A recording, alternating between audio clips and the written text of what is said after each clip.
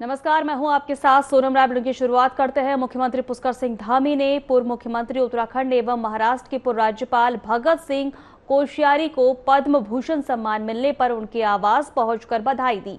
मुख्यमंत्री ने कहा, यह सम्मान न केवल उत्तराखंड बल्कि पूरे देश के लिए गौरव का विषय है। साथ ही उन्होंने कहा कि भगत सिंह कोश्यारी का सार्वजनिक जीवन, राष्ट्र सेवा, सादगी और जन कल्याण के प्रति समर्पण का उदाहरण है। राज्य आंदोलन से लेकर प्रदेश के विकास और राष्ट्र निर्माण में उनका हमेशा से योगदान रहा है।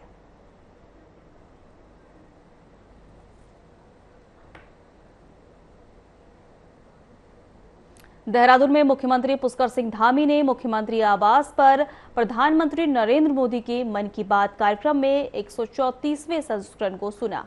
इस दौरान सीएम धामी के साथ नेताजी सुभाष चंद्र बोस आवासीय बालिका छात्रावास की बालिकाएं मौजूद रही। मुख्यमंत्री ने मन की बात देशवासियों को प्रेरित करने वाला एक सशक्त माध्यम है, जिसमें प्रधानमंत्री क्षेत्र और प्रेरणादायी कहानियों के माध्यम से जनहित कार्यों के लिए प्रेरित है।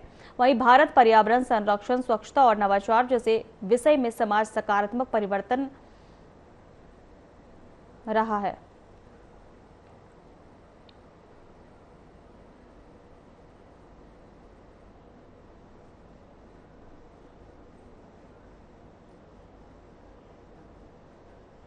पौड़ी जनपद में राष्ट्रीय राजमार्ग 534 पर दुगड्डा और कोटद्वार के बीच कैबिनेट मंत्री सतपाल महाराज के काफिले की एक गाड़ी पर पहाड़ी से अचानक पत्थर गिर गया।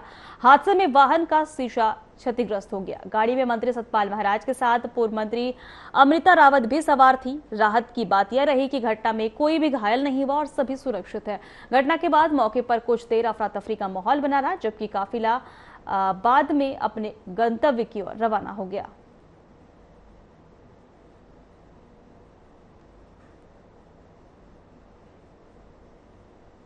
कांग्रेस नेता राहुल गांधी के 4 जून के प्रस्तावित उत्तराखंड दौरे को लेकर पार्टियां तैयारियों में जुटी हुई हैं। कांग्रेस की उत्तराखंड प्रभारी कुमारी शैलजा ने कहा कि राहुल गांधी का यह दौरा कार्यकर्ता और नेताओं ने उत्साह भरने वाला है। उन्होंने इस आगामी विधानसभा चुनाव के शंखनाद बताते हुए कहा कि राहुल गांधी अल्मोड़ा और पौड़ी में आयोजित कार्यक्रम में माध्यम से जनता के बीच कांग्रेस को संदेश पहुंचाएंगे। वहीं कुमारी शैलजा ने भाजपा सरकार पर निशाना साधते हुए कहा कि जनता ने सरकार के प्रति नाराजगी है और परिवर्तन की भावना मजबूत हो रही है। उन्होंने दावा किया है कि राहुल गांधी के दौरे को लेकर प्रदेश भर में कार्यकर्ता और आम लोगों में उत्साह का माहौल है।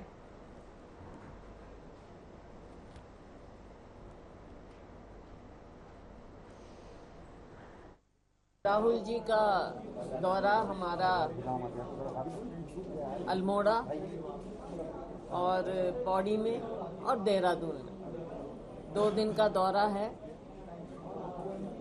अल्मोड़ा में पब्लिक मीटिंग होगी,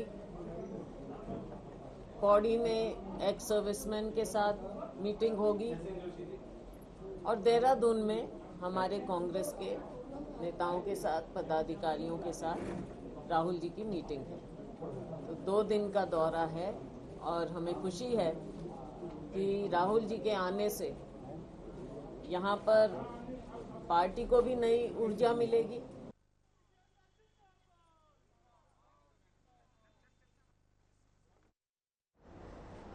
कांग्रेस नेता राहुल गांधी के प्रस्तावित उत्तराखंड दौरे को लेकर तैयारियां तेज हो गई है। 4 जून की बात करें तो राहुल गांधी पौड़ी में आयोजित पूर्व सैनिक सम्मेलन में शामिल होकर पूर्व सैनिकों और अर्धसैनिक बलों के सेवानिवृत्त जवानों और उनके परिवारों से सीधा संवाद करेंगे।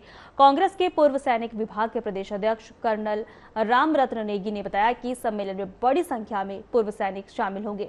उन्होंने कहा कि राहुल गांधी पूर्व सैनिकों की समस्या, सुझावों और मुद्दों को सुनेंगे तथा उनके साथ जनसंवाद करेंगे। कांग्रेस पूर्व सैनिकों से जुड़ने और उनकी आवाज को प्रमुखता से उठाने का महत्वपूर्ण कार्यक्रम मान रही है।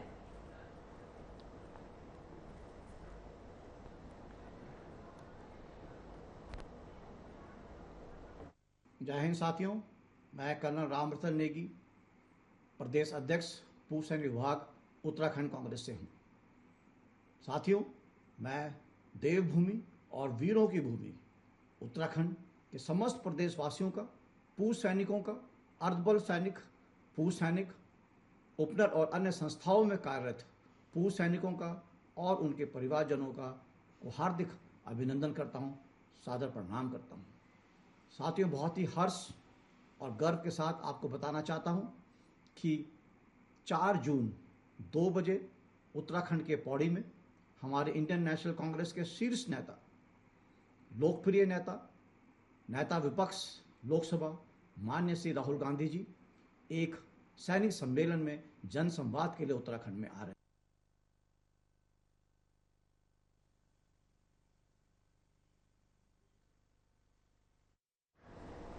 देहरादून में उत्तराखंड कांग्रेस प्रभारी कुमारी शैलजा के दौरे और राहुल गांधी के प्रस्तावित दौरे को लेकर कार्यक्रम को लेकर भाजपा ने कांग्रेस पर तीखा हमला बोला है। भाजपा प्रवक्ता मथुरा दत्त जोशी ने कहा कि कांग्रेस नेतृत्व केवल चुनाव के समय सक्रिय होता है, जबकि जनता पूरे समय उनके कामकाज को देखती और समझती रहती है। उन्होंने कहा कि कांग्रेस 6 महीने से चुनाव जीतने के दावे कर रही है, लेकिन जनता सच्चाई से भली भांति परिचित है। मथुरा दत्त जोशी ने राहुल गांधी के उत्तराखंड दौरे पर भी टिप्पणी करते हुए कहा कि देश और सेना से जुड़े मुद्दों पर दिए गए उनके बयानों को जनता भूली नहीं है। भाजपा ने दावा किया है कि जनता विकास और स्थिर नेतृत्व के आधार पर अपना फैसला करेगी।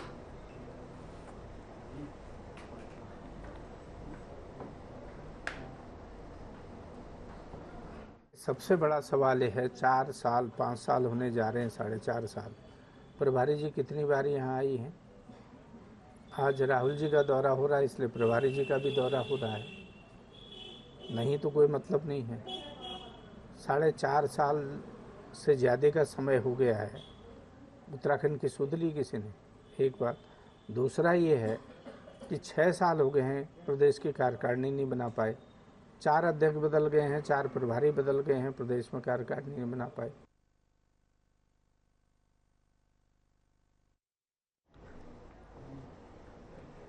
उत्तराखंड में चारधाम यात्रा के दौरान श्रद्धालुओं की रिकॉर्ड भीड़ देखने को मिल रही है। बद्रीनाथ धाम सहित कई स्थानों पर बड़ी संख्या में यात्रियों के पहुंचने से यातायात और अन्य व्यवस्थाओं पर दबाव बढ़ गया है। बद्रीनाथ मार्ग पर कई जगहों पर वाहनों की लंबी कतारें लगी हुई हैं, जिससे श्रद्धालुओं को घंटों इंतजार करना पड़ रहा है।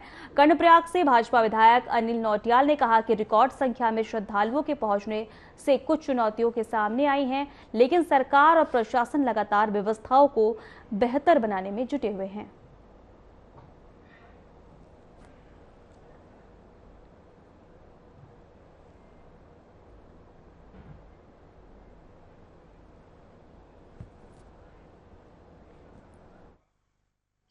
अपने देश के यशस्वी प्रधानमंत्री का 134वां मन की बात कार्यक्रम का एपिसोड ये था, और निश्चित ही हम लोग देखते हैं कि जिस प्रकार से पूरे देश के विभिन्न क्षेत्रों में, विभिन्न जनपदों में, विभिन्न गांवों में किस प्रकार के हमारे जो युवा हैं, बुजुर्ग हैं, महिलाएं हैं और विभिन्न क्षेत्रों में काम करने वाले जो लोग हैं, उनकी बात देश के लोगों तक पहुँचे, उससे हम प्रेरणा लें। और मैं समझता हूँ कि लगभग 134वें एपिसोड के बाद हमारे जो युवा है या अन्य क्षेत्रों में काम करने वाले लोग हैं, इससे प्रेरणा लेकर के आज आगे बढ़ रहे हैं।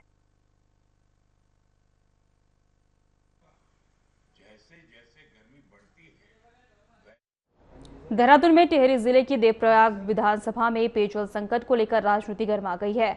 पानी की समस्या से परेशान ग्रामीण द्वारा मशाल जुलूस निकालकर विरोध प्रदर्शन किए जाने के बाद स्थानीय भाजपा विधायक विनोद कंडारी ने इसे कांग्रेस प्रायोजित कार्यक्रम बताया था। अब इस पर पूर्व विधायक मंत्री प्रसाद नैथानी ने पलटवार करते हुए कहा कि क्षेत्र में पेयजल संकट गंभीर बना हुआ है और मौजूदा विधायक जनता की समस्याओं का समाधान करने में विफल रहे हैं। नैथानी ने दावा किया है कि यदि विधायक ने वास्तव में विकास कार्य किए हैं तो वे जनता के सामने खुली चर्चा के लिए तैयार है, ताकि सच्चाई सामने आ सके। पेयजल संकट को लेकर भाजपा और कांग्रेस के बीच आरोप प्रत्यारोप का दौर लगातार तेज होता जा रहा है।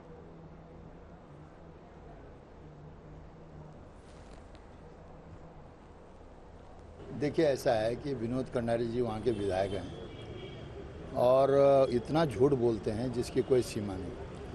मैंने अपने कार्यकाल के दौरान प्रत्येक पट्टी में, चाहे वो आपका हिसरा खाल का इलाका है, चाहे आपका पौड़ी खाल का इलाका है, चाहे चौरास का इलाका है, चाहे सिल्का खाल का इलाका है, चाहे भरपूर का इलाका है, तमाम जगहों पे घर घर पानी पहुंचाने का काम किया।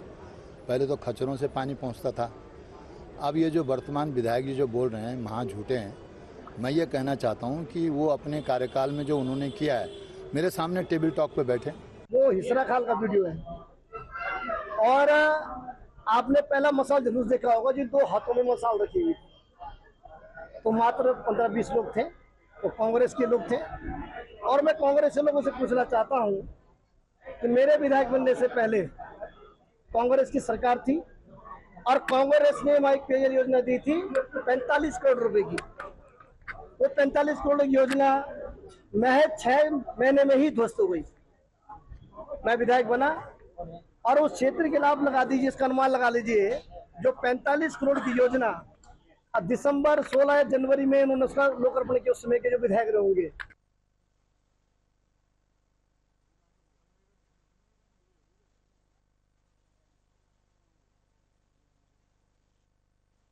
काशीपुर चौहान समिति को लेकर लंबे समय से चला आ रहा विवाद अब सुलझता नजर आ रहा है। समिति से जुड़े पदाधिकारियों ने प्रेस वार्ता में बताया है कि हाईकोर्ट के हस्तक्षेप के बाद करीब 30 वर्षों से निष्क्रिय पड़ी चौहान समिति को दोबारा सक्रिय करने की प्रक्रिया शुरू हो गई है। पदाधिकारियों के अनुसार न्यायालय में प्रशासन को अपनी निगरानी में 2 माह के भीतर नई समिति के गठन के निर्देश दिए गए हैं। एडवोकेट अमित चौहान ने इसे चौहान समाज के लिए बड़ी उपलब्धि बताते हुए कहा कि नई समिति बनने से समाज के विकास और सामाजिक कार्यों को नई दिशा मिलेगी।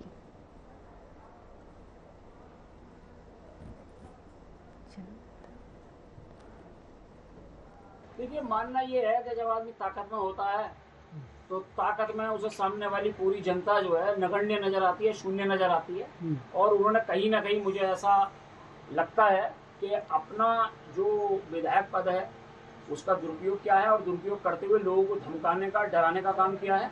और उन्हें, चूंकि वो एक सब समाज के नेता हैं और वो किसी समाज विशेष में उनका इतना हस्तक्षेप ठीक नहीं।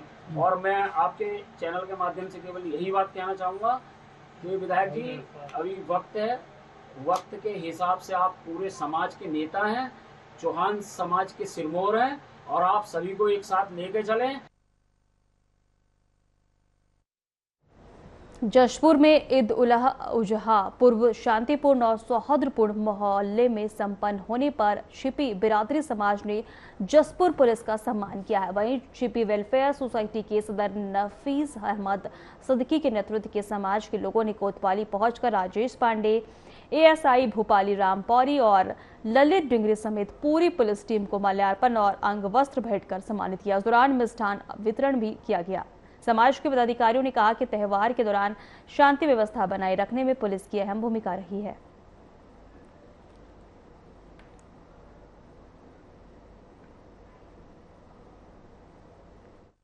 मुस्लिम शिपी वेलफेयर सोसाइटी का मैं सदर होने के नाते कोतवाल साहब को जो मैंने एक प्रोग्राम रखा था उनको बधाई संदेश के लिए, उस वजह से मैं यहाँ पर आया था, क्योंकि ईद उल अजहा का जिस तरह से ये त्यौहार हुआ है और कोतवाल साहब ने इस पर पूरा अपनी निगरानी रखते हुए अपनी टीम के साथ जो उन्होंने इस पर ध्यान रखते हुए कार्य किया है वो सराहनीय कार्य है और शांतिपूर्वक तरीके से पूरा त्यौहार का कार्यक्रम निपट गया। इसके लिए मैं बधाई देना चाहता हूं कोतवाल साहब को और उनकी पूरी टीम को। मैं उम्मीद रखता हूं कि पुलिस या हमारे कोतवाल साहब सारी टीम इनका अभी सराहनीय कार्य करें, यही मैं इनसे यही उम्मीद रखता हूँ, यही कामना करता हूँ। लालकुआ के अंबेडकर नगर वार्ड नंबर 1 में एक नवविवाहिता की संदिग्ध परिस्थिति में मौत का मामला सामने आया है। महिला का शव उसके घर के कमरे में फंदे से लटका हुआ मिला है, जिसके बाद क्षेत्र में सनसनी फैल गई है। सूचना मिलते ही पुलिस और फॉरेंसिक टीम मौके पर पहुंची और जांच शुरू कर दी है। मृतका की शादी मई 2025 में हुई थी। घटना की सूचना पर पहुंचे माई के पक्ष ने ससुराल वालों पर गंभीर आरोप लगाते हुए हत्या की आशंका जताई है। पुलिस का कहना है कि सभी पहलुओं को ध्यान में रखकर जांच की जा रही है। फॉरेंसिक रिपोर्ट व अन्य साक्ष्यों के आधार पर आगे की कार्रवाई की जाएगी।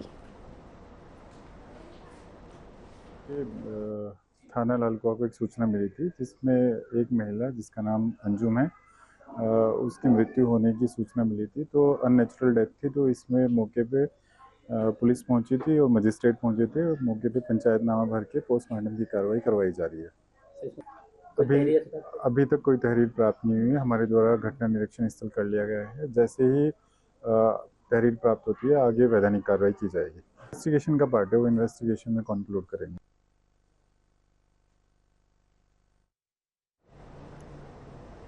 काशीपेर के महुआ खेड़ागंज में गाड़ी हटाने को लेकर मामूली विवाद खूनी संघर्ष में बदल गया है। आरोप है कि दो पक्षों के बीच कहासुनी के बाद लाठी डंडे और लोहे की रॉड से हमला किया गया, जिसमें 70 वर्षीय अफजल अहमद गंभीर रूप से घायल हो गए। घटना में परिवार के 5 अन्य लोग भी घायल हुए। इलाज के दौरान अफजल की मौत हो गई है। घटना के बाद इलाके में तनाव का माहौल है। पुलिस ने मामला दर्ज कर आरोपियों की जांच शुरू कर दी और पूरे मामले की जांच की जा रही है।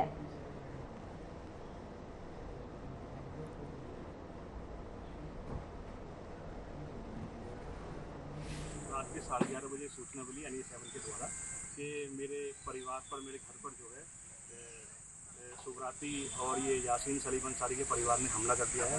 तो मैं वहाँ मौके पर पहुँचा, तो मैंने देखा तो वहाँ पर ये लोग लहूलुहान थे और वो लोग वहाँ से भाग चुके थे। तो इसमें जो जिनकी डेथ हो गई है अफजल, वो बिल्कुल बेहोश की स्थिति में थे और मैं समझता हूँ कम से कम उनका 1.5 से 2 लीटर खून ब्लड वहाँ पर पड़ा हुआ था। तो तुरंत मैंने पुलिस को इन्फॉर्म किया और वहाँ पर मौके पुलिस को थी और मैं इनको यहाँ सरकारी हॉस्पिटल लेके आया। और पूरा मामला ये है, इनके पास स्कॉर्पियो गाड़ी है और इस स्कॉर्पियो गाड़ी में समझता हूँ काफ़ी बड़ी गाड़ी होती है और जिस आदमी पे भी हो उसकी जगह अपनी होनी चाहिए खड़ी करने के लिए। तो ये जो है महीनों से हमारे घर के दरवाजे पे बिल्कुल और विंडो से लगो ही रोज गाड़ी खड़ी कर रहे थे, रात को रोज गाड़ी खड़ी कर रहे थे। रात ही हमने कहा, मेरे बड़े भाई ने कहा था, उन्होंने, मैं तो नहीं था वहाँ, वो कई बार जाता है, उन्होंने कहा भाई ये गाड़ी रोज रोज खड़ी करते हो हमारे यहाँ, अपनी व्यवस्था अलग करो। और हमारे यहाँ 2 पोतियों की शादी भी है। तो उसी बात पे लोग शराब पिए हुए थे, नशे में थे, 2 लोग थे और ये जब इन्हें मना करा तो और बाकी लोग अपने परिवार के 25-30 जने 5 मिनट में आ गए। विश्व प्रसिद्ध श्री केदारनाथ मंदिर धाम यात्रा इस वर्ष नए रिकॉर्ड बना रही है। 22 अप्रैल को कपाट खुलने के बाद 30 मई शाम 5 बजे तक 10 लाख से अधिक श्रद्धालु बाबा केदार के दर्शन कर चुके हैं। लगातार बढ़ रही श्रद्धालुओं की संख्या के बीच राज्य सरकार और जिला प्रशासन व्यवस्थाओं की सराहना हो रही है। यात्रा मार्ग से लेकर धाम तक सुरक्षा व्यवस्था और यातायात के बेहतर इंतजाम किए गए हैं। वहीं गुजरात से पहुंचे श्रद्धालु भापेश कोपथ ने भी यात्रा प्रबंधन को शानदार बताते हुए कहा, पूरी यात्रा के दौरान उन्हें किसी तरह की परेशानी का सामना नहीं करना पड़ा। बेटी और मेरी बात, तीनों लोग हम लोग 25 किलोमीटर चल के आए हैं। सीतापुर से चल के चालू किया हम लोगों ने और केदारनाथ कल शाम को 7 बजे पहुंचे। प्रशासन की अच्छी व्यवस्था है, उसको कोई भी कुछ भी बोले और उसकी गलती कुछ भी नहीं है, इधर गंदगी भी नहीं है, सब कुछ अच्छे से है। आज भोलेनाथ के अच्छे से दर्शन हो गए। नसीब में हो तो ये दर्शन हो सकते, वरना नहीं हो सकते। आप इमोशनल हो रहे थे सर अभी? हाँ, वो एक्चुअली इतना एफर्ट्स के बाद दर्शन हुआ और मनोकामना थी कि भाई एक बार बाबा जी के दर्शन करने, आज हो गया, धन्य हो गया। बस भले 2 सेकंड के लिए भी मिले पर बहुत हो गया इतना। चारधाम यात्रा को सुरक्षित और साइबर अपराध मुक्त बनाने के लिए उत्तराखंड STF लगातार सक्रिय है। चारधाम हेली बुकिंग के नाम पर लोगों से ठगी करने वालों पर संगठित साइबर गिरोह के खिलाफ बड़ी कार्रवाई करते हुए STF ने बिहार से 2 शातिर अपराधियों को गिरफ्तार किया है। वहीं जांच में देश भर में फैले साइबर ठगी नेटवर्क के अहम सुराग जो है मिले हैं। वहीं गिरफ्तार आरोपियों के कब्जे से बैंक खाते, मोबाइल फोन, ATM कार्ड और अन्य डिजिटल साक्ष्य बरामद किए गए हैं। वहीं STF के अनुसार NCRP शिकायतों के आधार पर कार्रवाई करते हुए लाखों रुपए की साइबर ठगी का खुलासा हुआ है। की भांति जिस तरह के साइबर अपराधी हेली टिकटों में फ्रॉड करते हैं, उसको देखते हुए स्पेशल टीम बना के कार्रवाई की जाए। इसको देखते हुए करीब 300 से ज़्यादा ऐसी फेक वेबसाइट लिंक और ऐसे नंबर्स, व्हाट्सएप नंबर थे 100 से ज़्यादा, जो फर्जी बुकिंग के नाम पर लोगों को ठगने का प्रयास कर रहे थे, उनको स्पेशल टीम द्वारा ब्लॉक कराया गया था। साथ ही साथ थाना साइबर क्राइम पर पुलिस द्वारा एक जाँच उपरांत ऐसे 134 फर्जी वेबसाइट्स के आधार पर एक मुकदमा दर्ज किया। उत्तराखंड में पिछले वर्ष मानसून आपदा के बाद केंद्र सरकार से राहत पैकेज को लेकर बड़ी प्रगति हुई है। प्रधानमंत्री नरेंद्र मोदी द्वारा घोषित 1200 करोड़ रुपए के विशेष पैकेज में से पहले चरण में 800 करोड़ रुपए से अधिक की धनराशि को सैद्धांतिक मंजूरी दी गई है। वहीं आपदा प्रबंधन विभाग के सचिव विनोद कुमार सुमन ने बताया कि केंद्र सरकार ने कुछ अतिरिक्त जानकारियां मांगी है, जिन्हें जल्द उपलब्ध कराया जाएगा। बजट भारत सरकार ने कुछ स्वीकृत किया है, उसके बारे में अभी भारत सरकार ने कुछ डिटेल और मांगा है, तो वो हम डिटेल बना रहे हैं। बहुत जल्दी वहाँ से चला जाएगा, यहाँ से, हमारे यहाँ से, फिर वहाँ से अंतिम रूप से पैसा प्राप्त होगा। हमको सैद्धांतिक सहमति भारत सरकार से मिल गई है। देखिए, आपदा आने के बाद हम लोग तत्काल उसका एक बार अवलोकन करते हैं, एनालिसिस करते हैं, एक बार देखते हैं, फील्ड सर्वे करते हैं और सर्वे करके देखते हैं कि क्या नुकसान हुआ है, और SDRF के नॉर्म्स को ध्यान में रखते हुए किस प्रकार से मदद की जा सकती है रिकवरी रिकंस्ट्रक्शन। टनकपुर में स्थित घसियार मंडी के देवी माता मंदिर में देर रात चोरी की घटना सामने आई। थाना परिसर के समीप स्थित मंदिर में अज्ञात चोरों ने मुख्य द्वार का ताला तोड़कर अंदर प्रवेश किया और दान पात्र का ताला तोड़कर उसमें रखी नकदी लेकर फरार हो गया। हालांकि चोर माता की मूर्ति पर चढ़े सोने पर आभूषण चुराने में नाकाम रहा। घटना की जानकारी मिलते ही पुलिस मौके पर पहुंची और जांच शुरू कर दी। चोरी की वारदात के बाद स्थानीय लोगों में आक्रोश और चिंता का माहौल है। पुलिस आसपास लगे CCTV कैमरे फुटेज को खंगाल रही है, जल्द मामले का खुलासे करने का दावा कर रही है।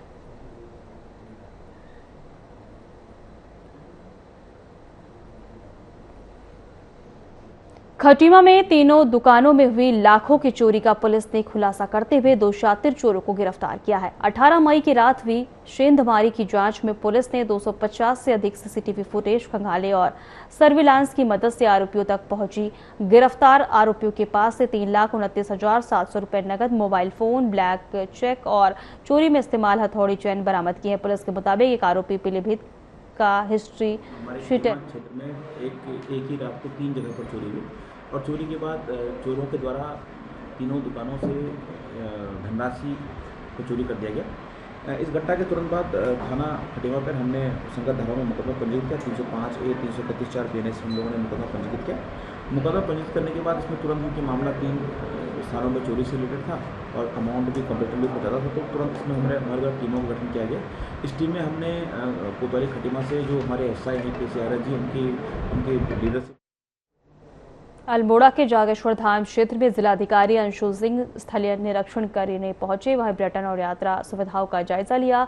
निरीक्षण के दौरान पन्नू व नोला में फैले कूड़े पर उन्होंने नाराजगी जताई और उन्होंने संबंधित विभागों को कचरा प्रबंधन और मजबूत करने के निर्देश दिए। टीएम ने पार्किंग का निरीक्षण कर इसे मल्टी स्टोरी पार्किंग के रूप में विकसित करने का प्रस्ताव करने को कहा है। साथ ही जागेश्वर धाम तक पैदल मार्ग तक साफ सफाई, यातायात और कूड़ा प्रबंधन को बेहतर बनाने के निर्देश दिए हैं। उन्होंने बढ़ती पर्यटक संख्या को देखते हुए व्यवस्थाओं और प्रभावी बनाए जाने और कहा है।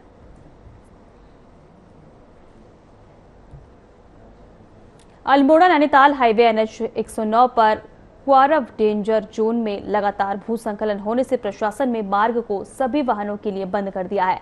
पहाड़ी से लगातार मलबा गिरने के कारण आवाजाही पूरी तरह प्रभावित हो गई है। प्रशासन ने सुरक्षा को देखते हुए यह फैसला लिया है। वहीं छोटे वाहनों और बसों के क्वारव बाईपास में भेजा जा रहा है, जबकि भारी वाहनों को रानीखेत और लमगड़ा मार्ग से डाइवर्ट किया गया है। विभाग का कहना है कि पहाड़ी की ट्रीटमेंट में काम तेजी से जारी है और स्थिति सामान्य होने पर मार्ग खोला जाएगा। क्वारव डेंजर जोन इस समय काफ़ी यातायात के मामले में परेशानी का सामना करना पड़ा है सभी लोगों को। इसके लिए कल जिलाधिकारी महोदय के द्वारा एक आदेश जारी किया गया जिसमें हम लोगों ने निवेदन किया था और इसी क्रम में हम लोगों ने सबसे पहले एक जॉइंट विजिट किया था ARTO और पुलिस विभाग से और PWD ने जॉइंटली विजिट किया था, जो मोर्च द्वारा माननीय केंद्रीय राज्य मंत्री जी द्वारा एक सैंक्शन किया गया था 10 करोड़ की धनराशि, जिस पर उधम सिंह नगर के जसपुर क्षेत्र में तेज आंधी और बारिश के बीच आकाशीय बिजली गिरने से बड़ा हादसा टल गया है। वहीं मेघावाला गांव में एक घर के पास खड़े शीशम के पेड़ में बिजली गिरते ही पेड़ के पर कच्चे उड़ गए और लकड़ियां घर, टीन शेड व पॉली हाउस पर जा गिरी। हादसे के वक्त परिवार के सदस्य घर और गौशाला में मौजूद थे, लेकिन सभी सुरक्षित बच गए। घटना के बाद इलाके में दहशत का माहौल फैल गया है।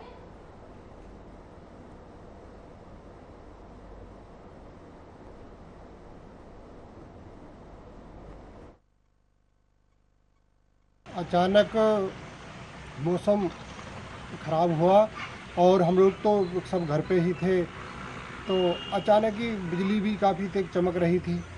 तो ऐसा कभी हुआ ही नहीं कि इतना तगड़ा ब्लास्ट जैसे लगा हो कि बिजली घर पे ही, ऐसा लगा हो कि बिजली घर पे ही गिर गई है। लेकिन जब हमने देखा कि बिजली कहाँ गिरी, कैसे गिरी, तो हमने देखा कि जो हमारे घर के बगल में शीशम का पेड़ खड़ा, वो 4 बजे की बात है और मैं गौशाला में था।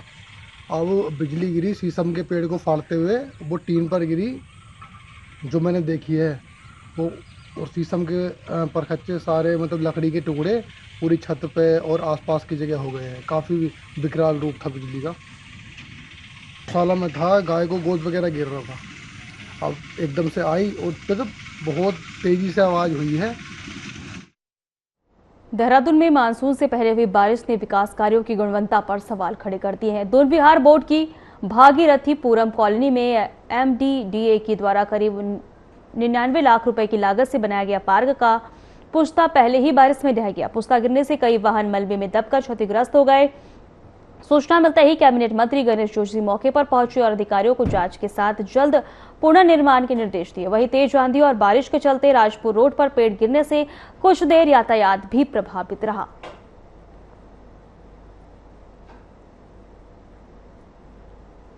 पौड़ी समेत पूरे गढ़वाल मंडल में लगातार हो रही बारिश से लोगों को भीषण गर्मी से राहत मिली है। वहीं बारिश वनाग्नि से जूझ रहे जंगलों को भी राहत मिली है। वहीं हालांकि लगातार बारिश के चलते पौड़ी श्रीनगर हाईवे पर कई जगह मलबा आने से यातायात प्रभावित होता है और लोगों को परेशानियों का सामना करना पड़ रहा है। वहीं रुद्रप्रयाग और ऊपरी क्षेत्रों में भारी बारिश को देखते हुए प्रशासन ने एहतियातन के तौर पर केदारनाथ और बद्रीनाथ में धाम में जाने वाले यात्रियों को श्रीनगर में रोक दिया है।